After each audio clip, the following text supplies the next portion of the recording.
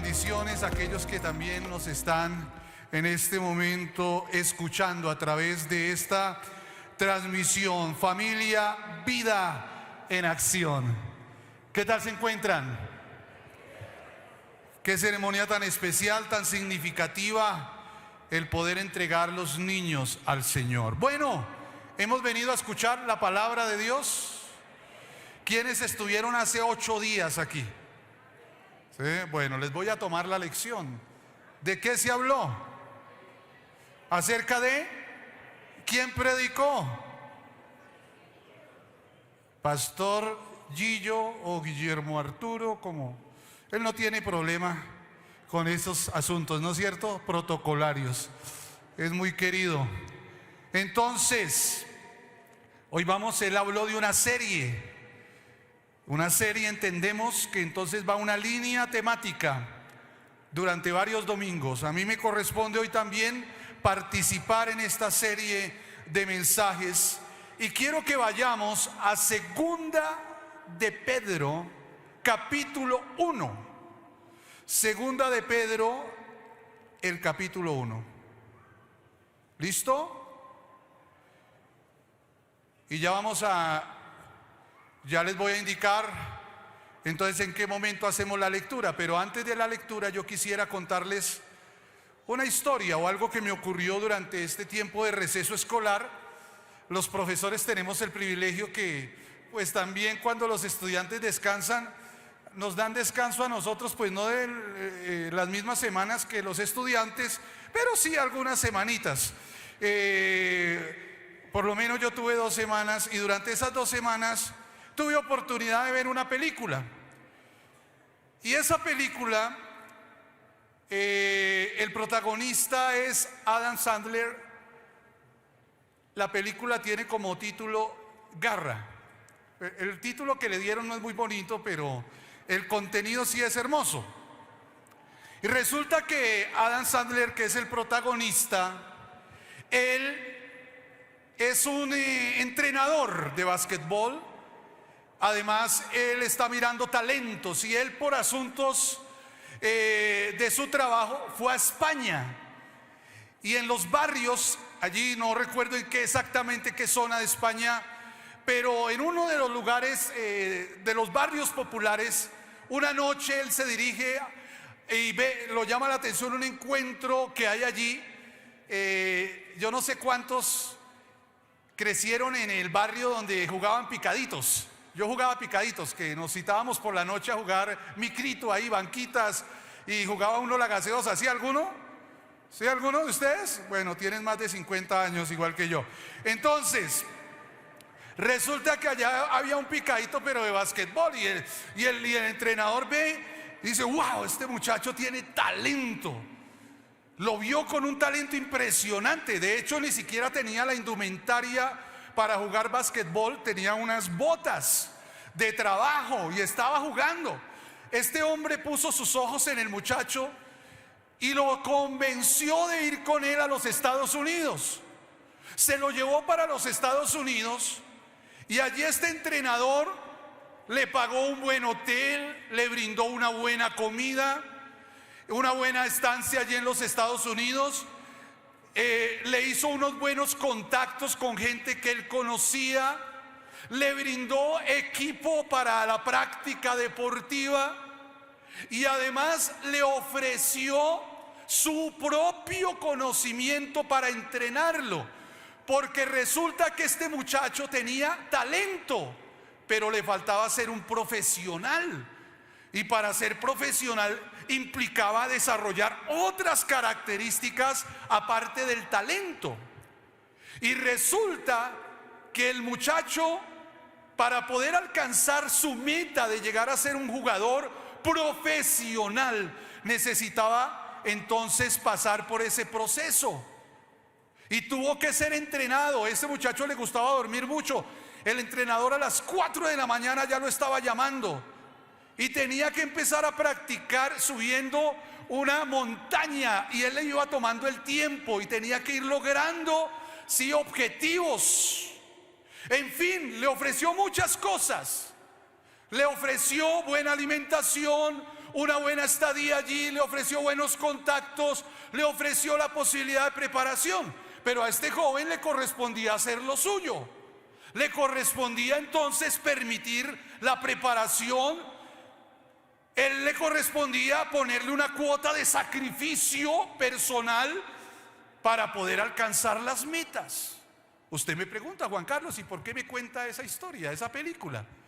Pues ahora lo vamos a ver cuando nos dirijamos a segunda de Pedro 1, versículo 3, perdón, estoy un poco enredado hoy. Segunda de Pedro capítulo 1, versículo 3. Recuerda que Gillo nos compartió versículo 1 y 2, entonces vamos a leer desde el 3. Y miremos cómo Pedro inicia, cómo Pedro empieza entonces a darnos el mensaje que necesitamos hoy recibir de parte de Dios. Verso 3, ¿ya lo tienen? Dice la palabra, y si no lo miran ahí en la pantalla, voy a leer de la versión Reina Valera. Como todas las cosas, diga conmigo, todas. Todo es, todo es, todo es, todo. Como todas las cosas que pertenecen a la vida y a la piedad nos han sido dadas por su divino poder, mediante el conocimiento de aquel que nos llamó por su gloria y excelencia, por medio de las cuales nos ha dado preciosas y grandísimas promesas, para que por ellas llegaseis a ser participantes de la naturaleza divina, habiendo huido de la corrupción que hay en el mundo a causa de la concupiscencia. Ahora el versículo 5 lo vamos a personalizar. Diga conmigo, yo también. Diga, yo también debo poner toda diligencia y añadir a mi fe virtud. Muy bien. Entonces esa va a ser nuestra base bíblica. Me encanta a mí los sermones expositivos, cuando podemos trazar la palabra usando el texto y siguiendo el orden del texto. Y voy a utilizar tres aspectos. Hoy voy a hablarles de tres momentos en este sermón con respecto a lo que Pedro nos está diciendo hoy. Si le pusieron absoluta atención, si tenemos lectura comprensiva, vamos a ver qué nos ha dado Dios, qué nos ofrece Él. Entonces hay un primer punto en esta mañana, querida iglesia y amigos que nos visitan. Tú y yo hemos sido equipados para ser victoriosos. Diga conmigo, yo he sido equipado por Dios para ser victorioso.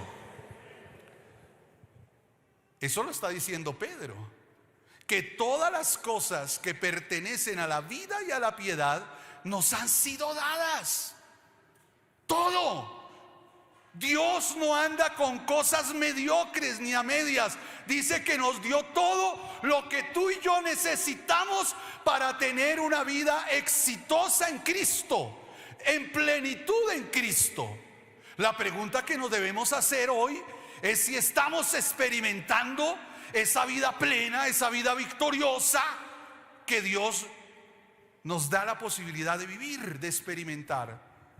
Cuando yo menciono la palabra victoria o la palabra vencer, es muy probable que a la mente nos lleguen algunos pensamientos acerca de esas palabras. Algunos relacionan la victoria con sacar demonios, sacar chukis, reprender, tener un ministerio de esa manera, sí, ser poderoso. Bueno, eso es parte de una victoria. Otros piensan que victoria es alcanzar mis metas y objetivos personales, lograr el ascenso que he pedido por años, tener una estabilidad financiera. Bueno, puede que tenga relación con eso, una vida victoriosa.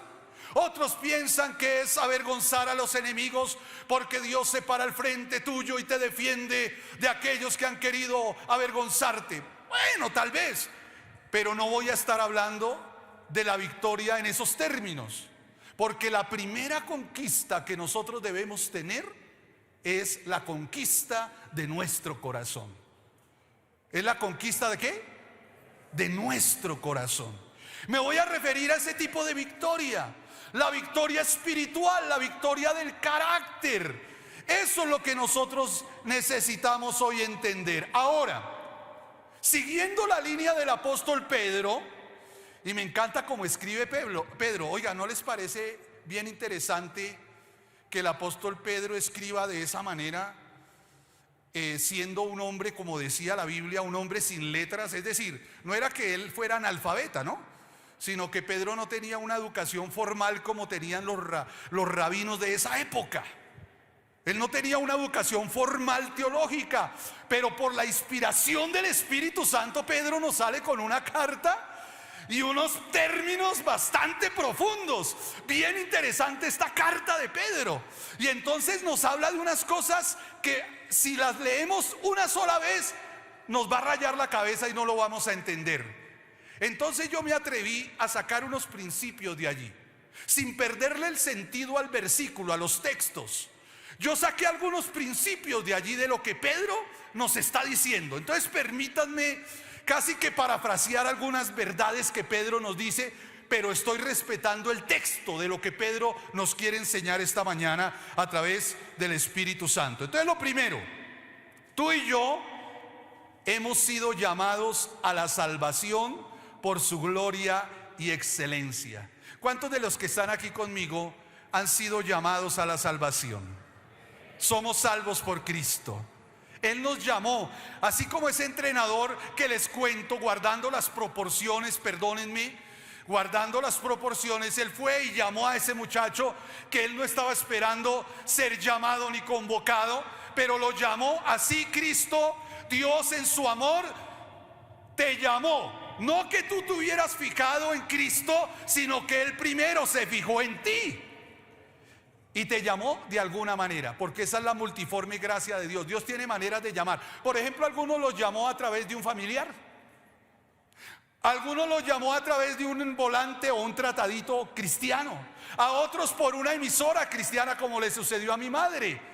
Ella estaba escuchando una noche allá, pasando emisoras en esa época, y pum, quedó con la emisora que en ese momento había, Nuevo Continente, y fue llamada por una canción y empezó a buscar ella solita una iglesia por Santa Isabel. En esa época vivíamos en Veraguas y ella empezó solita a buscar una iglesia. ¿Y a dónde llegó? Imagínense, allá a la iglesia de Santa Isabel, hace muchos años. Otros los ha llamado a través de una campaña evangelística, una predicación, una canción. Incluso muchos han sido llamados a través de experiencias duras, a través de una enfermedad, a través de un milagro. Han sido llamados, pero han sido llamados a salvación, porque el único que puede salvarnos y el único que es el Salvador del mundo se llama Jesucristo. Entonces hemos sido llamados ¿a qué? Según Pedro. Usted siga la línea ahí de lo que Pedro está diciendo. Yo estoy sacando las verdades que él está allí transmitiendo. Fuimos llamados a conocer a quién. ¿A conocer a quién? Dice, mediante el conocimiento de aquel. Es decir, conocer a Jesús, conocer al autor de nuestra salvación. Fuimos llamados no a cambiar de religión. Si tú cambiaste de religión, solo cambiaste al cura por el pastor. Cambiaste la misa o una liturgia por un culto y nada más.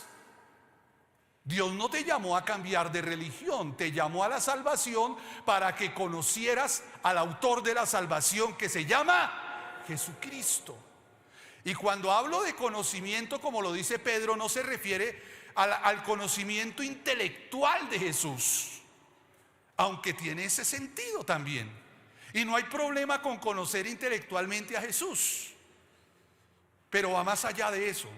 ¿Sí saben que muchos hombres y mujeres intelectuales ateos han sido llamados a través de esa ruta, a través del intelecto? Muchos han sido llamados, ellos empezaron a escudriñar si lo que dice la Biblia es verdad. y empezaron a buscar argumentos. Por ejemplo, terminé de leer un libro estos días, no solo vi películas, también leí, y acabé de terminar otro de los libros que he leído este año. Me encanta la lectura, y leí el caso de Cristo, de Lee Strobel. Es excelente libro. Un intelectual que empezó a indagar. Él era agnóstico, ateo casi, y él empezó a indagar desde la intelectualidad, desde los argumentos, desde las razones, si todo lo que dice la Biblia acerca de Cristo, su hecho histórico, su historicidad real, la resurrección, sus milagros, su nacimiento era real. Y él empezó a entrevistar a intelectuales y llegó a la conclusión, después de darle miles de razones, de la veracidad. Y a través de esa ruta del intelecto aceptó a Jesús, como el caso de C.S. Lewis. Si ustedes leen la historia de C.S. Lewis, otro de los grandes intelectuales cristianos, el hombre comenzó siendo un ateo, pero a través de esa búsqueda intelectual también fue llamado por Jesús. Porque no hay hombre ni mujer que honestamente se encuentren con la palabra verdadera de Jesús y sigan en la misma condición. Cristo es el único que nos puede cambiar, sea la ruta que sea. Amén. Permítanme, me voy a quitar que me estoy asando. Aquí se siente. Esta mañana tenía frío. Voy a dejarla aquí, tranquilo. Soy fresco ahí, tranquilo. Fuimos llamados a ¿qué? A conocer, no solo intelectual, sino también a conocerlo a través de la intimidad. Tú no fuiste llamado a una religión, fuiste llamado a una relación con Jesús, a conocerlo a Él en intimidad. Y ese conocimiento implica tiempo. Voy a robarme una frase que estos días también escuché de un místico indio, que no se refería al Dios verdadero. La verdad, no se refería al Dios verdadero, pero yo copié la frase del hombre porque yo dije, esto tiene razón y una aplicación bíblica. Él dijo: yo no creo en Dios, yo conozco a Dios. Y dije, wow. Me llamó la atención inicialmente y empecé a indagar sobre el tipo, y resultó que él no estaba hablando del Dios verdadero, sino el Dios que supuestamente todos tenemos por dentro, para algo como nueva era, y así, ese tipo de cosas. Pero yo dije, caramba, los cristianos debemos llegar a un punto en el cual la discusión no debe ser si creemos o no creemos en Dios, porque ya lo entendemos. Gillo el domingo anterior habló claramente de lo que es la fe, y la fe plena. Y sin fe es imposible agradar a Dios. Entonces el asunto no es si crees o no, sino si conoces al Dios verdadero, si intimas con Él, porque tú no puedes amar a alguien que tú no conoces. Fuimos llamados a conocerlo a Él. Sigamos la línea del apóstol Pedro. Entonces, al conocer a Jesús, mediante ese poder dado a nosotros, porque vino el Espíritu a nosotros, nos ha dado todo lo necesario para que vivamos una vida plena en Dios. La pregunta es, ¿qué es todo lo necesario?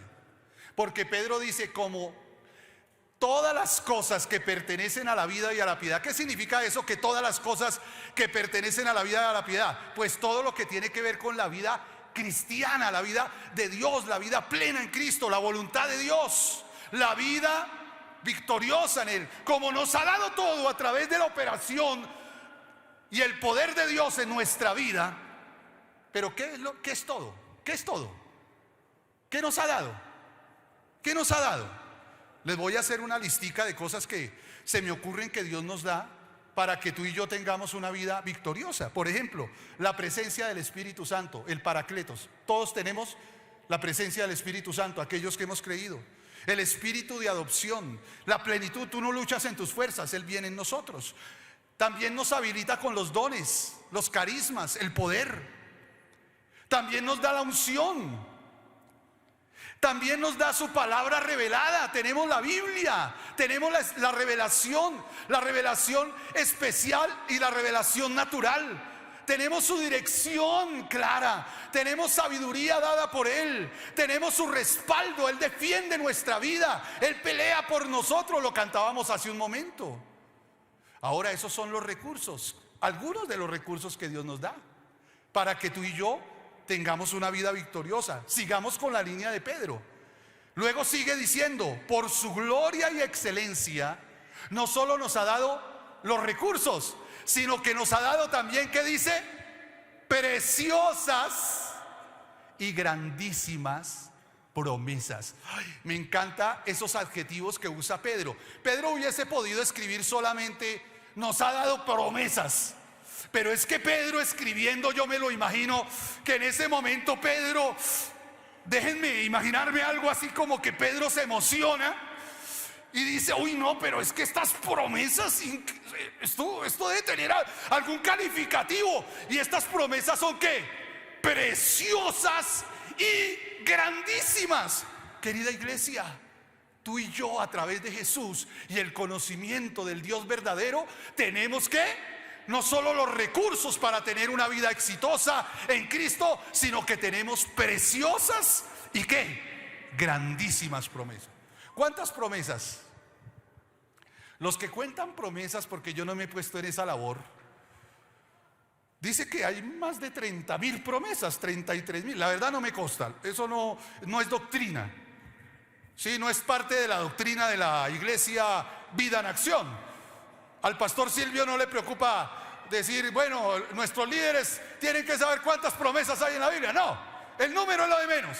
Lo cierto del caso y la doctrina es que lo que Dios promete, Dios lo cumple. Y querido hijo e hija de Dios, tú y yo del Padre Celestial tenemos recursos y tenemos preciosas y grandísimas promesas. ¡Wow! Si usted no se emociona, yo sí, porque es que eso es impresionante. Tenemos, por ejemplo, promesas en la seguridad de salvación, promesas en la seguridad de su amor, promesas en la seguridad de la vida eterna. Póngase usted nomás a subrayar las grandes promesas. Ahora, sigamos la línea de Pedro. No solo nos da recursos, no solo nos da promesas. El paquete de las promesas incluye que tú y yo vamos a poder participar de la naturaleza celestial. Él dice, para que participéis de la naturaleza divina. ¿Qué es eso? Porque es que por ahí hay charlatanes que dicen que es que somos pequeños dioses y la gente se lo cree. Tú naciste para la victoria, naciste para la felicidad, naciste para el éxito. Dios es como tu esclavo, Él es tu papá, pero Él te consiente y tú lo manejas a tu antojo. Y se creen pequeños dioses. Eso es un humanismo enfermizo. Eso no dice la Biblia. La Biblia, lo que aquí Pedro nos está diciendo es muy claro. Nos da recursos y nos da grandísimas promesas para que tú y yo seamos transformados a la imagen de Jesucristo. Esa es la naturaleza, que tú y yo seamos como Jesús, que su carácter esté en nosotros, que podamos reflejar a Jesús. Esa vida nueva, mire la línea de Pedro, dice que ahora ya no estamos relacionados con el mundo, con la corrupción que hay en el mundo. Ya no comulgamos, sino que nos apartamos del mundo para vivir una vida según la naturaleza nueva. Dice, es una nueva vida y ya no estamos asociados con la corrupción imperante. Nuestra naturaleza nos lleva a apartarnos de lo pecaminoso. ¿Este mundo está corrompido? ¿Sí o no? Claro que sí. A lo bueno le decimos malo y a lo malo bueno. Esta semana con sorpresa veía una noticia que salió por uno de los noticieros nacionales sobre una película que va a estar por ahí circulando, Si Dios fuera mujer. ¿Y sabe qué es lo terrible de la película? Que es el caso de una niña que siente que creció un niño, que creció en el cuerpo equivocado. Y cómo es el proceso para que los padres acepten que ese niño sea transformado en una niña. Imagínense eso. Y entonces la película tiene como título Si Dios fuera mujer. Y eso lo aplaude la sociedad. A lo bueno le decimos malo y a lo malo bueno. Y por eso la nueva naturaleza en Cristo, ¿a qué nos llama? A que tú y yo entonces ya no nos asociemos con esa corrupción, sino que nuestro estándar sea diferente. Vivir vidas conforme a lo que dice su palabra. Ahora, hagamos la suma. Hasta aquí todo es muy bonito. Entonces todo lo que Dios nos da, Dios nos ha dado todo el paquete completo. ¿Qué nos ha dado? A ver, ¿qué dijo Pedro? Diga conmigo, todo. Y si es todo, es todo. ¿A quiénes les gusta recibir? Pues van a recibir todo. A mí me gusta recibir. Ah, no, pues se las dieron de espirituales hoy.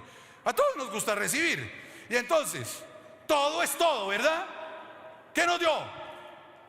Todos los recursos necesarios.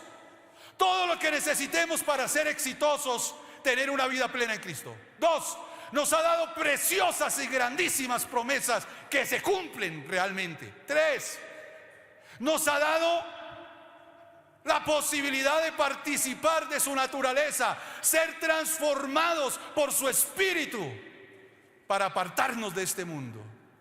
Ahora, en palabras de MacArthur, permítame leerle lo que él expresó acerca de esto. Abre comillas: el cristiano tiene todos los recursos espirituales que manifiestan, sustentan y perfeccionan la vida que agrada a Dios.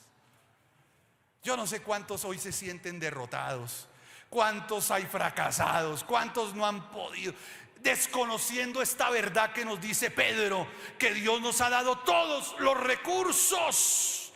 Y si Dios me ha dado todo, entonces yo, ¿qué debo hacer?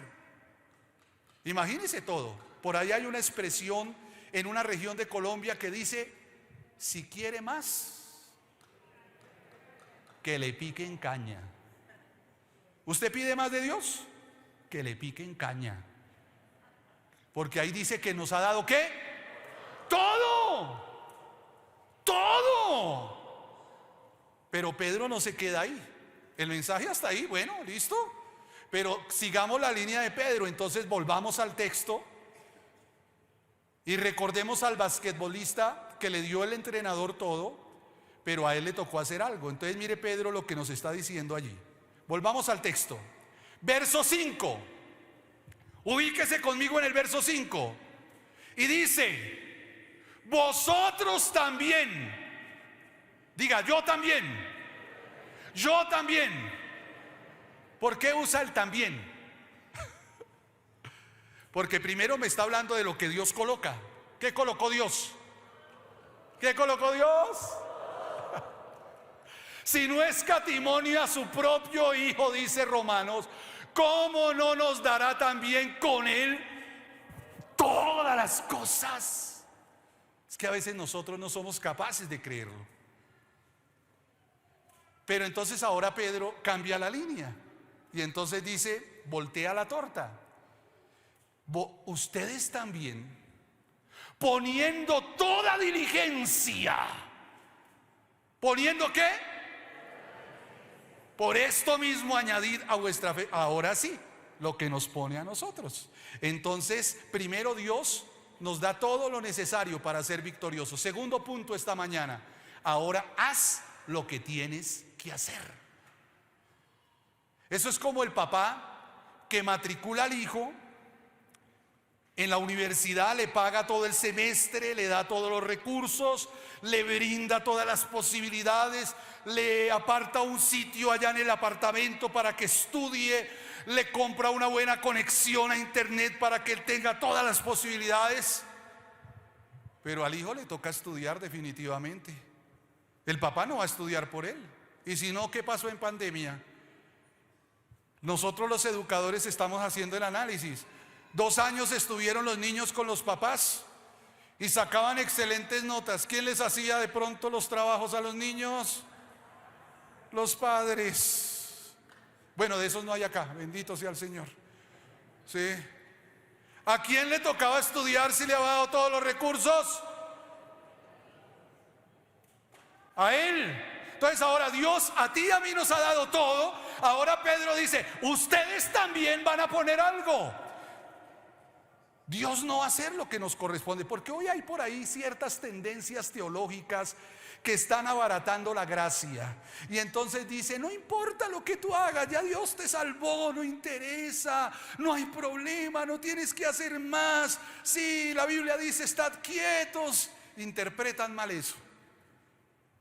Sí, quiero decirles, ya no obramos para salvarnos porque ya somos salvos, pero los que somos salvos actuamos con base en la salvación que hemos recibido. ¿Sí me hice entender? Tú no tienes que comprar la salvación, no podrías. La salvación es un acto de gracia absoluto. Que Dios te dé todos los recursos es un acto de gracia. Tú no merecías, yo no merecía que Él me dé todo, que Él me dé promesas, que Él haya enviado a su Hijo, que Él me dé todos los recursos. No, es un acto de gracia. Ahora, ¿qué debo hacer? Lo que yo hago no es para ganar la salvación, es para corresponder a lo que Dios ha hecho por mí. No abaratemos la gracia, por favor, porque hay muchos por ahí que andan diciendo que no hay que hacer nada. Quiero utilizar palabras de un teólogo alemán llamado Dietrich Bonhoeffer, y él habla de la gracia barata. Y él dice lo siguiente, abre comillas: gracia barata es la gracia que nos otorgamos a nosotros mismos. Gracia barata es la predicación del perdón sin requerir arrepentimiento, bautismo sin disciplina, comunión sin confesión. La gracia barata es gracia sin discipulado, gracia sin cruz, gracia sin Cristo. Cierra comillas. Y yo le añado: gracia barata es querer corona sin haber llevado la cruz del discípulo. Por eso Pedro dice: a ustedes también les toca algo, corresponder en un acto voluntario, y por eso no lo pasemos por alto. Y dice: poned toda diligencia. Esa palabra diligencia en el griego significa poner todo el esfuerzo necesario, toda la fuerza, toda la dedicación, todo el enfoque. El término griego es poude. Y ahora lo llevo. ¿Cuántos van al gimnasio a hacer ejercicio? Sí se nota. Entonces, que casi ninguno va. Resulta que los fisiculturistas tienen un término técnico que llaman el fallo.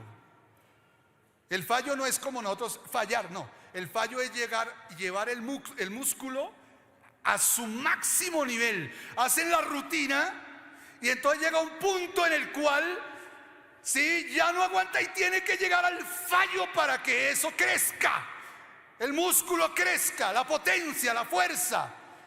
A eso se refiere poner la diligencia. Es decir, que usted tiene que poner todo el esfuerzo necesario. Número uno. Segundo, diligencia, ¿para qué? Para añadir. ¿Y qué es añadir?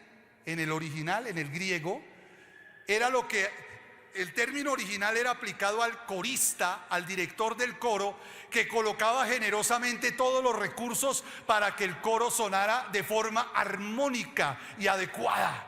Es decir, añadir es colocarle la mejor cereza al pastel. Añadir es colocarle lo mejor, es poner todo el esfuerzo, la dedicación, la diligencia, el enfoque para agregar a todo lo que Dios me ha dado por gracia. Yo debo responder con excelencia a lo que Él ha dado a mi vida. ¿Y qué debes añadir? Santo Jesús, tengo 5:55 para ahora sí empezar a predicar, porque ahora sí es el tema que me tocaba a mí. Resulta que Pedro va a hablar una serie de cualidades que nos toca colocar con excelencia, ponerle todo el empeño para que sean parte de nuestra vida. Y a mí me correspondió, después de que Gillo compartió de la fe, dice añadir a la fe. ¿Por qué Pedro no dice añádale fe? No, porque la fe se supone que ya la hemos recibido. A la fe de la vida cristiana ahora sí hay que añadirle algo. Si te llamas cristiano, cristiana, ahora pon todo tu esfuerzo, tu enfoque de dar lo mejor. Y ahora sí empieza con algunas cualidades. ¿Qué es lo que hay que empezar a agregar? Me correspondió a mí la número 1: virtud. Diga conmigo, virtud. ¿Y qué significa esa palabra? Porque es medio rara, ¿no es cierto? Virtud. Virtuoso. Mujer virtuosa. Y en la Biblia aparece muchas veces. Pues yo empecé en este estudio a buscar diferentes versiones de la Biblia. ¿Y qué significado le dan a virtud? Saqué 4 versiones. Escúchelo bien, por favor. La primera versión es la del lenguaje sencillo y dice: esforzaos por hacer el bien. ¿Qué significa virtud entonces? Hacer el bien. Dios habla hoy: a la fe añade buena conducta. ¿Qué significa virtud? Buena conducta.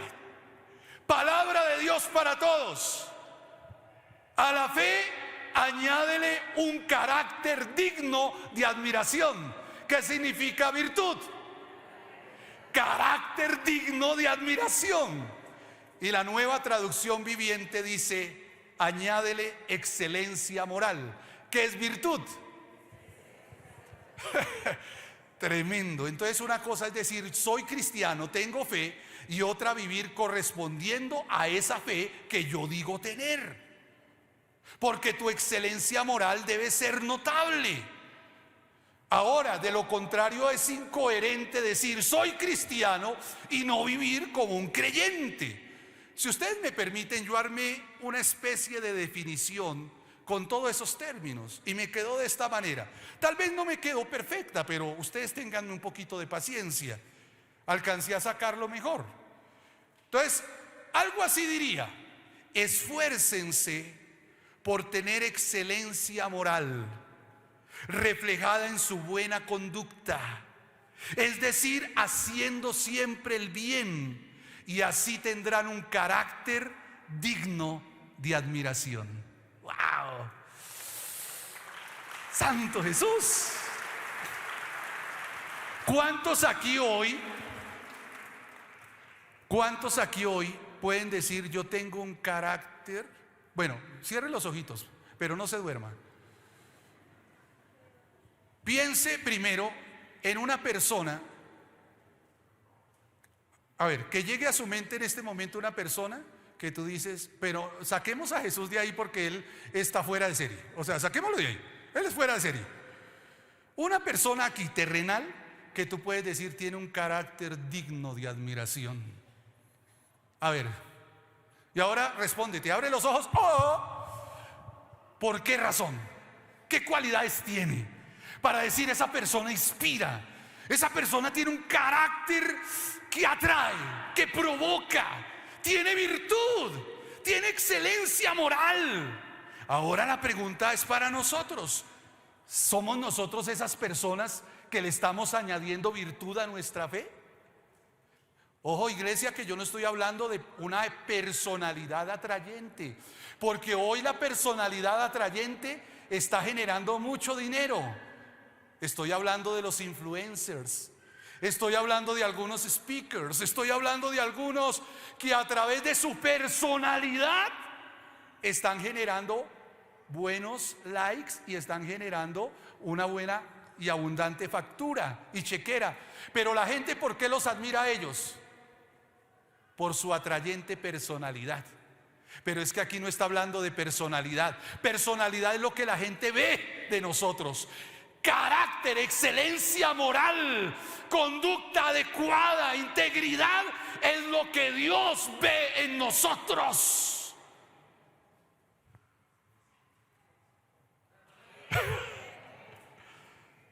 ¿Tenemos un carácter digno de admirar? ¿Estamos colocando todo nuestro empeño? Y quiero cerrar con esto, iglesia, porque debemos poner todo nuestro esfuerzo para desarrollar el músculo moral, el músculo espiritual, el músculo del carácter. ¿Cómo se desarrolla? Porque a todo lo que Dios nos ha dado debemos añadirle, pero no para ganar la salvación, ya la tenemos. Lo hacemos porque ya somos salvos y estamos agradecidos. Quiero decirles algo.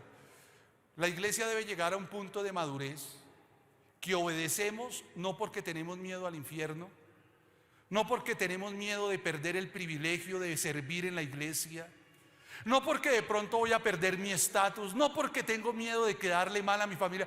De pronto pueden ser buenas razones, pero no debe ser el motivo adecuado. Debemos llegar a un punto que obedecemos y desarrollamos y colocamos todo, no por miedo, sino por amor a aquel que lo ha dado todo por mí. ¿Estamos de acuerdo? Si te preguntan, ¿tú por qué no haces esto? ¿Tú por qué no vas a tal lugar?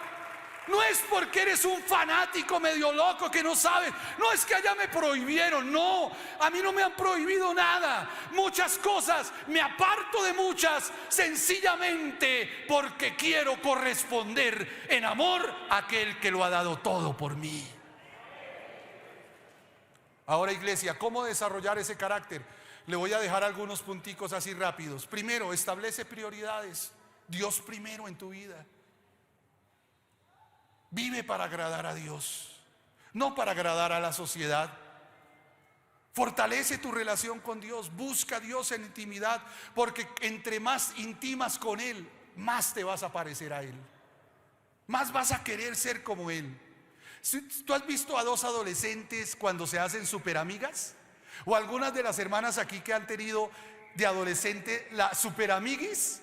De tanto estar allá, las super amiguis, ¿qué terminaban haciendo? Iban las dos al baño y luego de tanto amiguis, ¿qué hacían? Llegaban peinadas igual, se vestían igual, hablaban igual, porque de tanto conocimiento muchas veces termina entonces casi queriendo ser igual al otro. Pues con Dios, al tú conocer a Dios y al intimar con Él, el resultado es que tú vas a querer ser como Él. ¿Estamos de acuerdo? Empieza a hacer morir las obras de la carne a través del Espíritu Santo. Ese es el camino de la cruz, el camino del discipulado cristiano. Muchos quieren evangelio sin discipulado, y no hay evangelio auténtico sin el proceso verdadero de un discípulo, el que lleva su cruz y le sigue. Es un morir diario, porque por ahí aparecen cosas en mi vida y yo todos los días tengo que decirle: Señor, yo no sé qué voy a enfrentar hoy, pero ayúdame, Dios, en la victoria que tú me das, a morir a las obras de la carne. Hace más o menos 15 o 21 días prediqué y les dije que hay una película que es el título de la vida de muchos cristianos: este muerto está muy vivo, porque algunos todavía tienen la carne vivita y coleando. No han muerto, todos los días debes morir. Por eso Pablo decía: con Cristo estoy juntamente crucificado. No vivo yo. Lectura y estudio de la palabra, disposición para obedecer, no proveer a los deseos de la carne. Si hay algo que tú sabes que te hace daño, que te afecta, aléjate. Eso es sabio, eso es sabiduría. Tú te alejas. Viviendo allá en Timisa, había un perro terrible que me tenía una rabia, y cada vez que yo pasaba me mordía. ¿Qué me dijo el sentido común? Mate ese perro.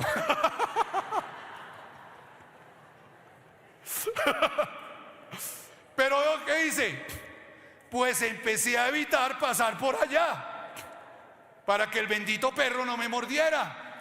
Si hay cosas que tú sabes que te afectan en tu vida íntegra, no te las des de súper valiente. A veces alejarte es la mejor decisión que puedes tomar. Sabias decisiones. Porque a medida que tú vas tomando sabias decisiones, es como cuando tú alzas pesas. Empiezas con un pesito así suavecito y después le vas aumentando hasta que, eso mejor dicho, alzas y te sorprendes, porque le estás aumentando al músculo espiritual. Pequeñas cosas, les voy a contar, voy a desnudar mi alma con ustedes. Resulta que un día que tenía pico y placa, y yo estaba dirigiéndome hacia el colegio donde trabajo en la tarde, y estaba por allá en una estación de Transmilenio. Entonces iba con mi tarjeta Y yo iba a pasar con mi tarjeta a pagar el pasaje, como hacemos todos los creyentes, ¿verdad? Y resulta que vi que mucha gente estaba pasando por el lado porque se activa una palanquita cuando pasa una señora con un coche o alguien en silla de ruedas. ¿Sí sabe a qué me refiero, verdad? Entonces yo iba y me vino la tentación. Igual todo el mundo lo hace, normal. Mi estándar moral me estaba jugando una mala pasada. No, iguálate a ellos, igual todos van por ahí. 2.500 pesos. Pero pagué mi pasaje. Di 5 pasos y me llamaron. Juan Carlos. Un señor con uniforme de funcionario de Transmilenio, tenía tapabocas, no lo conocí inmediatamente, se bajó el tapabocas. Era Milton, un discípulo mío cuando fui pastor en Patio Bonito.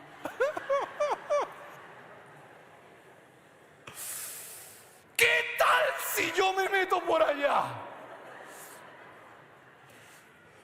Desafíos todos los días. Los que son conductores, desafíos morales o desafíos de acción, de conducta adecuada. Porque en Bogotá es terrible conducir muchas veces. Ayer nomás iba llevando a mis hijos y de pronto en una calle estrecha venía un camión y yo quería ganar primero el espacio en la calle estrecha, pero se me adelantó un bicitaxi y yo traté de hacer la maniobra de ganarle al camión, pero el camión me ganó y se me hizo al lado y el conductor del camión me dijo: ¿qué? ¿Mucho afán?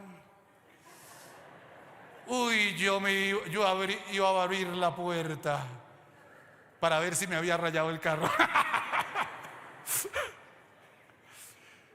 Pero hay muchos cristianos que tienen Cristo mi piloto. Ay, les daría vergüenza tener a Jesús y hablar lo que hablan conduciendo, moverse como se mueven conduciendo, si ponen ahí a Cristo de copiloto.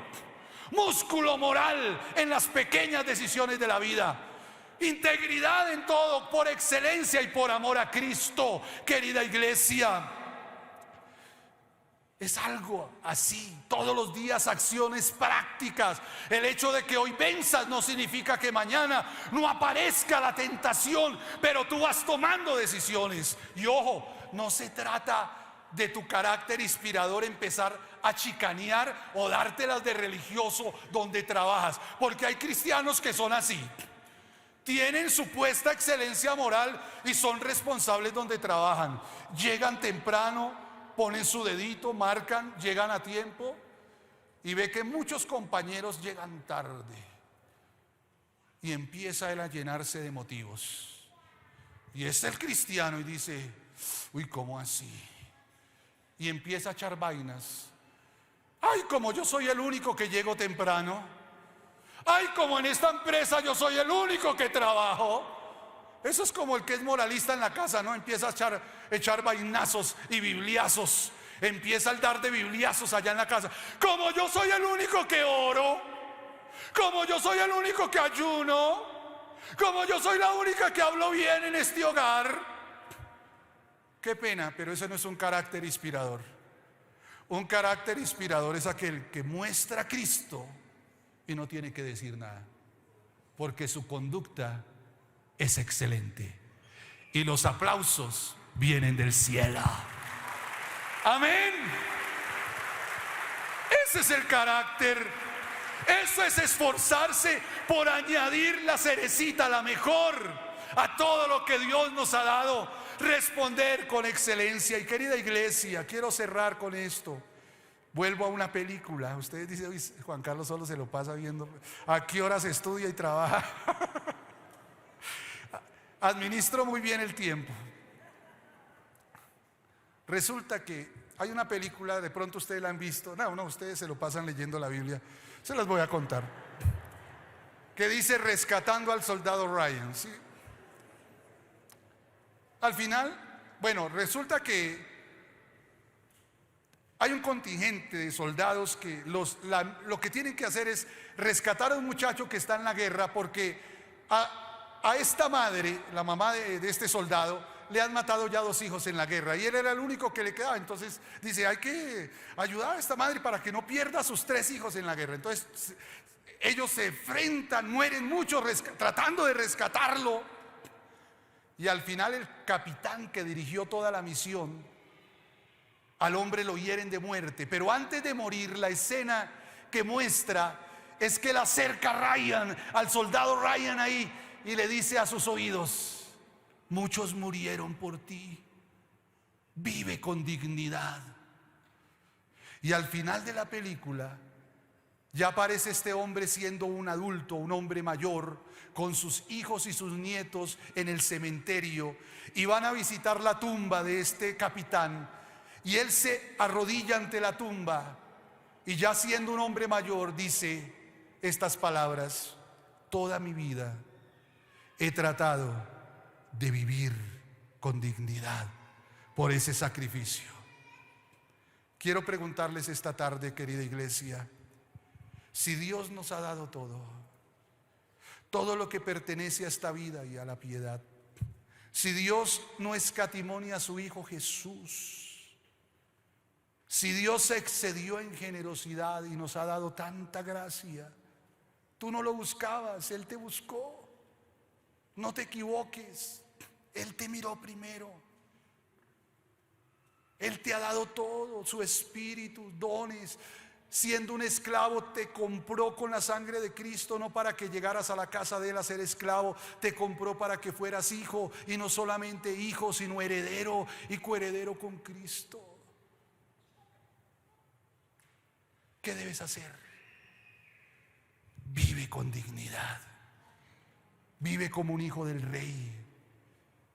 Vive con un carácter excelente. Añádele a tu fe virtud, excelencia moral. Esfuérzate por dar lo mejor, porque Él que lo dio todo merece lo mejor de cada uno de nosotros. Amén. Colócate de pie, por favor. Cierra tus ojos. Procura no moverte de tu lugar. Cerremos bien este momento.